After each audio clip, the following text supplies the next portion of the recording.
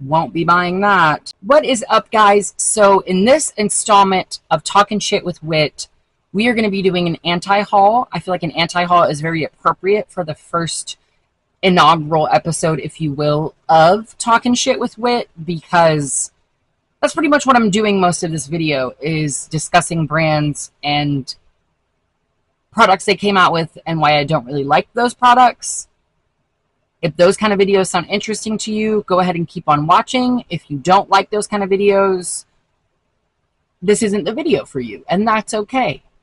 If you're someone who's easily offended and doesn't like when people's opinions differ from yours, don't watch this video. Click out of it right now. Save yourself the trouble. Okay? That's the only disclaimer I'm going to give, because I'm not going to apologize for my opinion. That's my opinion! So, moving on from that, the first thing we have up here is I'm going to try to put it on the screen. I don't know if you can see that, but it is the LYS Triple Fix Translucent Setting Powder.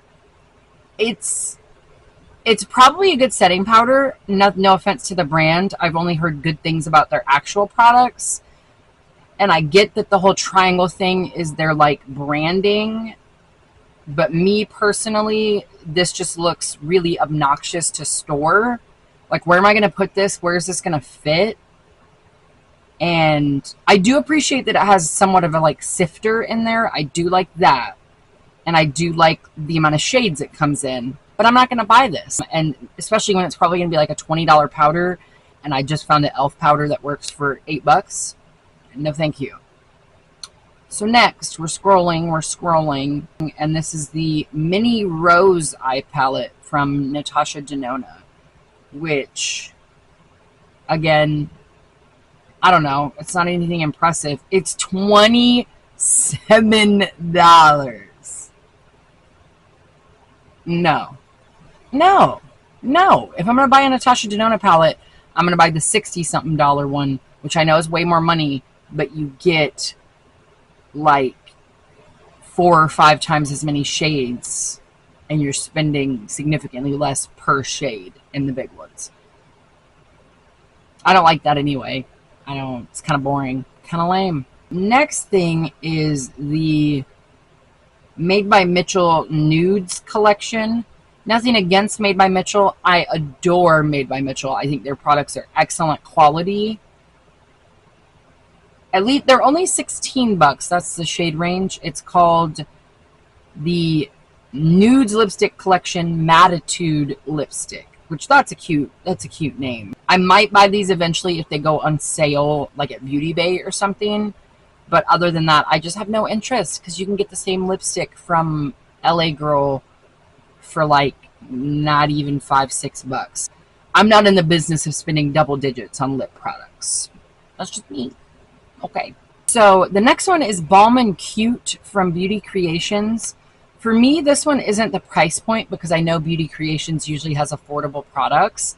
For me, I just don't use colored lip balm.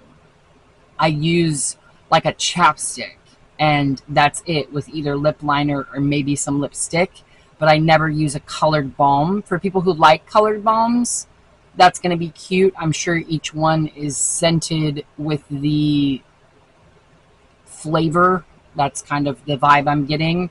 It has peptides and shea butter, only $6, but again, it's just not something that interests me, so it's not something that I'm going to buy.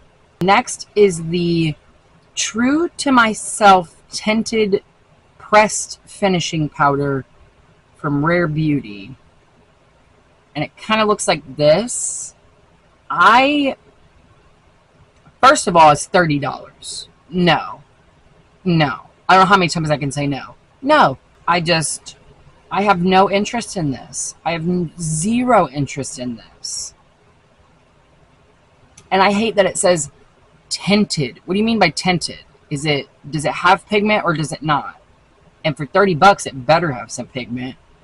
But I'm definitely not buying that. This whole video stuff I'm not going to buy, so I don't know why I keep saying I'm not going to buy it. But I'm not going to. And they want $15 for this little puff just because it says Rare Beauty. That's disgusting.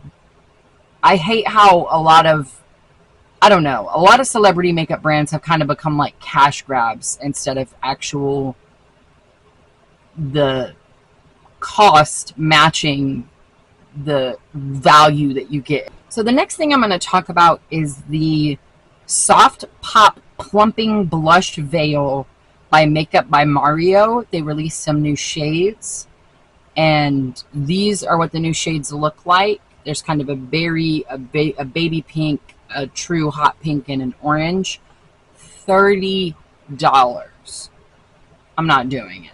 Nothing about, this is going to sound bad, other than it being sold at Sephora, I can't even fucking talk. Other than it being sold at Sephora, nothing about Makeup by Mario's brand justifies the price point. The packaging is cheap. The aesthetics are cheap. Nothing about it justifies why his products cost the amount of money that they do.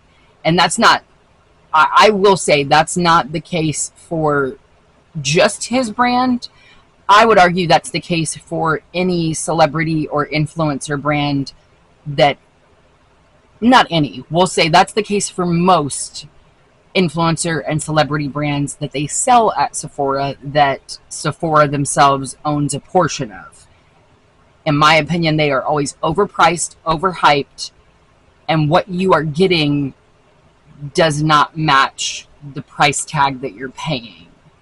And it's very upsetting getting packaging and feeling like it's chintzy or, you know, just lower quality than you expected, especially when you're spending your hard-earned money. And that's just not going to be me. So, sorry about you. So next, I am going to be looking at the Give Me Glow Magi Slick Lip Oil. It's this like holographic kind of iridescent lip oil. It just looks stupid to me. Like, if I wanted a holographic eyeshadow on my lips, I would just buy a holographic eyeshadow, so then I have both a holographic eyeshadow and can put it on my lips. Do you know what I mean? I don't know. There's a target demographic for this, and it is not me. And that's okay. It's okay to admit that something's not for you. Next up, we have Dominique Cosmetics. Or are they just Dominique now? I don't know. Ever since the rebrand, I don't really quite get it. But it's the Pillow Soft Hydrating Lip and Cheek Stain in new shades. And it's called, well, actually, I don't have shade names, but there's a pink one and an orange one. $22. No, I'm not buying it. So next up, we're going to talk about the Tea to Tan Sun Powder by Terry Cosmetics. I don't know the like gram size on these, but they are $69. Can you say it with me? No. Yeah, I'm just a cheap bitch, I guess. I don't really know, but won't be buying that. So this is from Fenty, and this is their lip liner and gloss bomb sticks, which I guess is like a stick balm version of the gloss bombs, exactly like it says. So that's what they look like. They're pretty nude shades. They have a pink and a red in there and kind of like a berry. And they look nice, but for a balm, okay, keep in mind this is a balm, or no, excuse me, a luscious lip gloss and lipstick in one. When you put it in a stick, it makes you think it's a balm, not a lipstick. But anyway, $25. $25. For the lip liners, $20. What am I going to say? You guessed it. No. We don't spend double digits on lip products over here. Especially when you have brands like LA Girl that make very good quality lip liners. I think this lip liner was $3.50. Yes, you have to sharpen it. No, it doesn't come with any sort of like mechanical mechanism or whatever, but it's cheap and there's a good shade range and it performs. That's all I want out of a lip liner, and I'm certainly not spending a whole Andrew Jackson on lip liner. I'm just not doing it. So I don't know how new this release is because it says that Trend Mood posted it on July 2nd, but this is the Glam Light Chucky Good Guys collection. And I'll be honest, if you're like a super fan of Chucky, then it would totally make sense for you to buy this product, or if you're like a super fan of Glam Light.